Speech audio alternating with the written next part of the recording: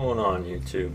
Today I got something that most people haven't seen. It was a rarely known device. They only made 1 million of them, and it's actually a pretty sweet device. So this is the Galaxy Note Edge. It is the Edge device that started all the Edge devices. So back in 2014, this was an experiment for Samsung. It was something completely new, something out of this world that Samsung or any company had ever done before. So, and then we look at last year's Edge device, the Galaxy S7 Edge, and you can see the evolution of the Edge devices. So this one was pretty cool. It had a lot of functionality. You got your step counters and RAM status, all your S Pen features. This is a Note device, so it does have the S Pen. This was the first Note device to ever have an Edge on it.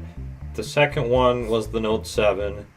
Rest in peace, Note 7. It was a device we all loved, and it's a device we can't have anymore. So, first thing I wanted to look at was how has Edge panels or Edge features evolved in the last 3 years.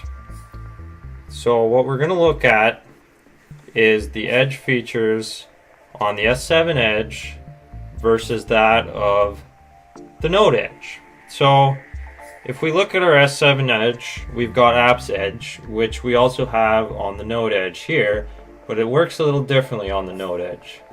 You can have all your apps in the Edge on the Note, and you can just scroll it, and they're always visible. But on the Note Edge, you got to pull from the side to get that to show up.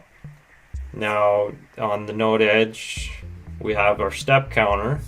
I'm not sure if there's a step counter available for the S7 Edge, but it was very nice to be able to see that.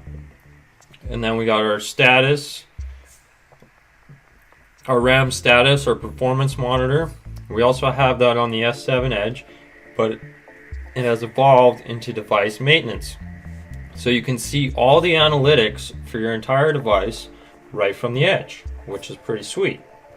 Now there is no S Pen on the S7 Edge, so we do not have that capability here. So I don't have them all activated on the Note Edge. But what we'll do is we'll go into the settings here for the Note Edge and the settings for the S7 Edge and just kind of compare the Edge settings. So if we look here, you got Edge panels, and on the Note Edge it is called Manage Panels. We'll turn down that brightness there, it's a little hard to see. Maybe a little bit more. Very bright screen on this, so I can't complain about the screen. They both have rather bright screens.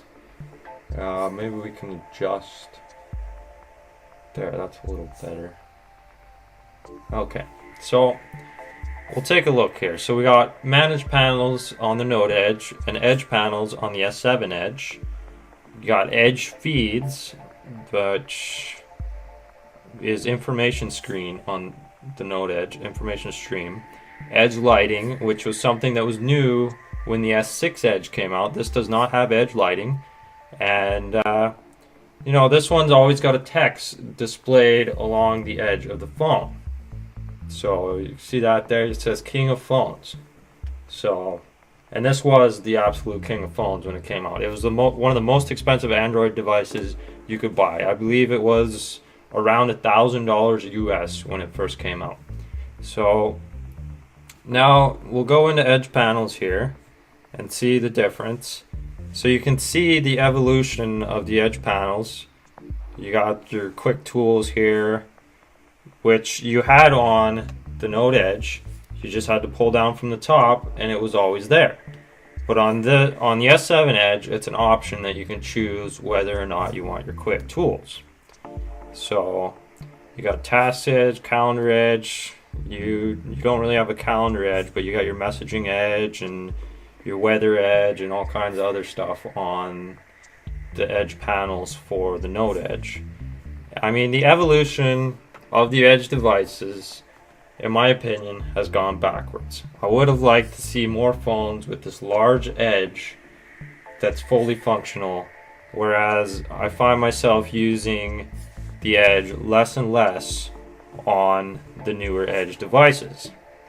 Now this is like the second screen on the LG V20.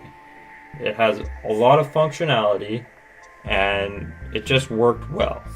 It's something that I wish they would do another version of with a fully functional Edge device.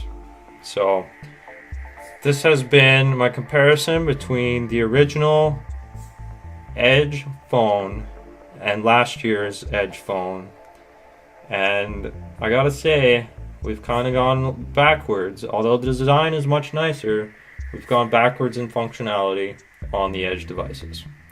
So thank you for watching. Hit me up down in the comments if you want to see any more videos like this about the evolution of Edge phones, and we will catch you on the next one.